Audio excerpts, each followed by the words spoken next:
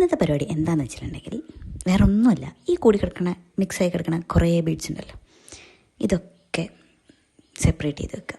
Which means നല്ല പണിയെടുക്കണം എന്ന്. ഇതിൻ്റെ അകത്തുള്ള ഓരോ കളറും മിക്സായി കിടക്കണം മൊത്തം മാറ്റി അതത് കളറിൻ്റെ പാട്ടേ കൊണ്ട് ഇടണം. ഇതൊക്കെ ഭ്രാന്താണോ എന്ന് വിചാരിച്ചാൽ നിങ്ങൾ വിചാരിക്കും, അല്ലേ നിങ്ങൾക്കൊക്കെ ചിലപ്പോൾ തോന്നാം. ചെറുതായിട്ടുണ്ടോ എന്ന് എനിക്കൊരു സംശയമുണ്ട്. ഞാനൊരു ബീഡഡ് നാവൊക്കെ കുഴയുന്നു ബീഡഡ് നെക്ലസ് ഉണ്ടാക്കിയിരുന്നു.